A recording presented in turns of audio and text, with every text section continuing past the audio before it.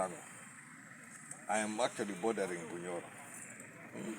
It's about 35 kilometers to the ferry and then you cross into Bunyoro. Across the water where we are, you see Bunyoro. And let's say from Kotido to Akokoro, my home village, is further than from Kampala to Mbarara. So I ask myself how these people came from Kotido, cross the whole of Lango to the extreme west, collect animals, and walk these animals a distance further than Kampala to Mbarara.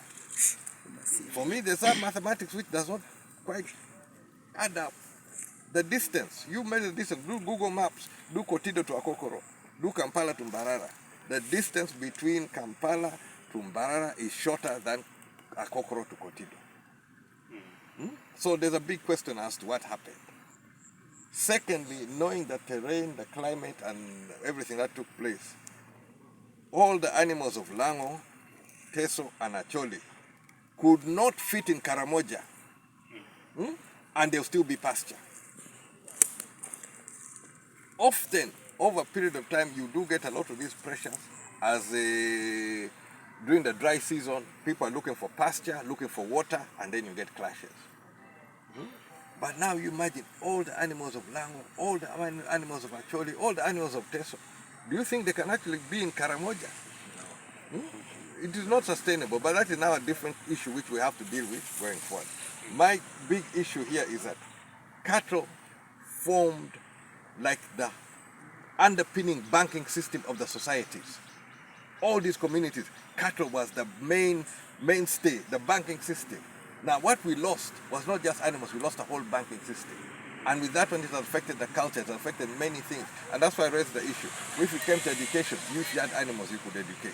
If it even health matters, you could still dispose of an animal and handle. Many issues were around the animal question. So the animal question should not be looked at just straight animals. It encompassed a lot more. And this is like the banking system, a collapse of banking system, at the same time a war, same time displacement, all of that took place at the same time.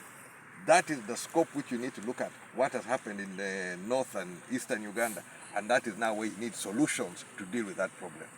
So often we have been tackling the problem but not look at it in its full magnitude.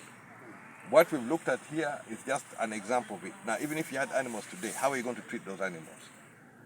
If there are a large number of animals, how do you treat them? That's why those systems are in place. And of course, with the growth of the population and the spreading out, there needed to be more such investments in different parts for people to be able to handle. So going forward comprehensively, in future, we need to have a holistic policy, how we're going to be able to restore that aspect of people's lives, that they can live lives comfortably.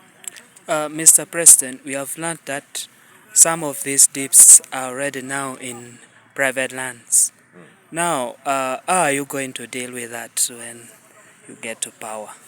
You see, that in itself is not a problem. On my father's farm, we had a dip, which was in private land.